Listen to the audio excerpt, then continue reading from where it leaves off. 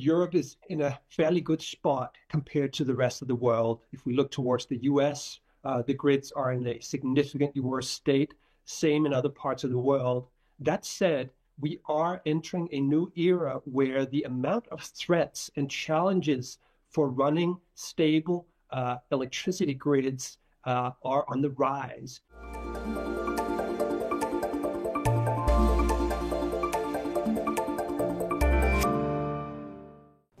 Hello and a very warm welcome to Energy Frontiers, our monthly series exploring the global energy landscape from right here in Baku, Azerbaijan. This month we're asking, how do we build resilient networks for the future as electrical grids, transmission lines, oil and gas pipelines, ports and other energy installations are increasingly coming under threat, with hazards ranging from cyber to physical attacks to damage from extreme weather. We'll be putting all of these questions and more to Kristian Ruby, the Secretary General of Eurelectric.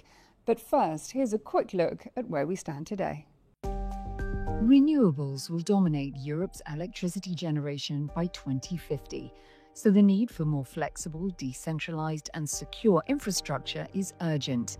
At the same time, cyber attacks on Europe's energy sector have surged, threatening the stability and resilience of critical systems. Eurelectric, the Federation of Europe's electricity industry, also points to risks linked to climate change. It says weather damage to aging grids has risen exponentially in recent years, underscoring the vulnerability of existing infrastructure.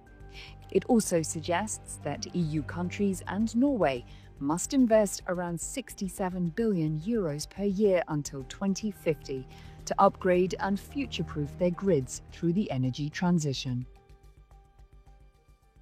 I'm delighted to say that joining me now from the Bulgarian capital, Sofia, is Kristian Ruby, the Secretary General of Eurelectric. Kristian, it's great to see you. Thank you for being here today. Great to see you here. Kristian, let me start by asking you about the resilience of Europe's electricity grid. When you strip away the political rhetoric and you look at the robustness, the preparedness of the power networks, how protected are they from simultaneous risks? So the answer is that Europe is in a fairly good spot compared to the rest of the world. If we look towards the US, the grids are in a significantly worse state, same in other parts of the world. That said, we are entering a new era where the amount of threats and challenges for running stable electricity grids are on the rise. We have sabotage, we have hot wars, we have cyber attacks, and we have extreme weather. This is all making it much more difficult to deliver electricity reliably. That said, there are regions where the infrastructure is more robust. For instance, in the Nordics, this is also a region that is more interconnected than the others.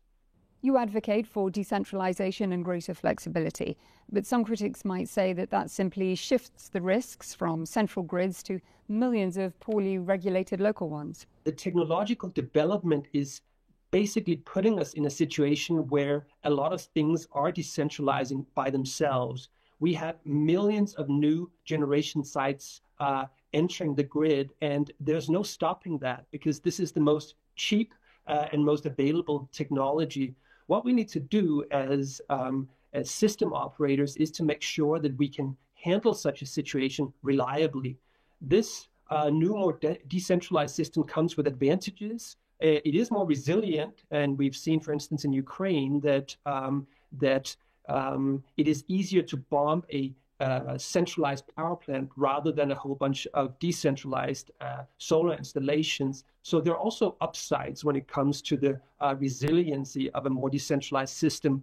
But the challenge we have in Europe is to make sure that this very decentralized system also operates in a reliable way. And this is where the centralized machines come in to make sure that there is system stability and that there is backup if the sun goes away or the wind is not available. Would you say that the war in Ukraine has permanently shifted energy mindsets, not least in terms of how we protect our energy networks? I was in Ukraine earlier this year to visit a power plant that had been bombed more than 10 times throughout the 3 years of war. And it was just amazing to see exactly what that means to work at a plant that is actively being targeted in a war situation. The roof was missing. walls and windows have been blown out, pylons were wrought in grotesque shapes, really massive destruction at this site. And I don't think that this level of destruction has really dawned on European operators. But I do think that there is a need to understand that we have to have a level of preparedness. We need to move into a different type of operation when it comes to planning, exercising, and having direct contact to the authorities. We are in a different space than we used to, and we do see that in these war situations, civil infrastructure is being targeted just because it's so important for society and its ability to defend itself. Tell me more about the risk of replacing one dependency with another as we move increasingly away, we hope, from fossil fuels. Are we not looking to be more dependent on rare earths, lithium, cobalt, for example? This is certainly something we need to be aware of, and this is also why that we shouldn't walk into a single technology path for the energy transition. That said, I think it's important to underline that there are a number of very strong European supply chains in the electricity space. We have a strong wind industry in Europe. We are very good at producing gas turbines. We have a lot of manufacturing sites for grid equipment, transformers, cables, et cetera, et cetera. And we also have a nuclear industry. So there are a number of European industries that can gain directly from this. And then we need to gauge carefully the other stuff we import so that we don't replace one dependency with another. Lastly, Kristian, if you had just 1 minute to meet and brief negotiators and policymakers on the ground in Brazil at COP30, what would you urge them to prioritize? It's a good question. I think there's some very interesting developments in the climate negotiations where for the first time the focus begins to shift on clean energy infrastructure such as renewables, as grids, et cetera, et cetera. That's a very welcome development. The other thing where we could do more is our interconnectors with our neighbors. If we look at Northern Africa, there's a potential for clean energy that we could harness more. If we look towards Turkey, for instance, or other neighbors, there is a potential to work more together and trade energy more than we're doing today. That's all we have time for, Kristian, but thank you so much for joining me from Bulgaria. Thank you. Pleasure to be here. It just also remains for me to thank you, our global audience, for joining me here for this broadcast of Energy Frontiers from Baku in Azerbaijan. I'll see you again next time. Until then, take care and goodbye.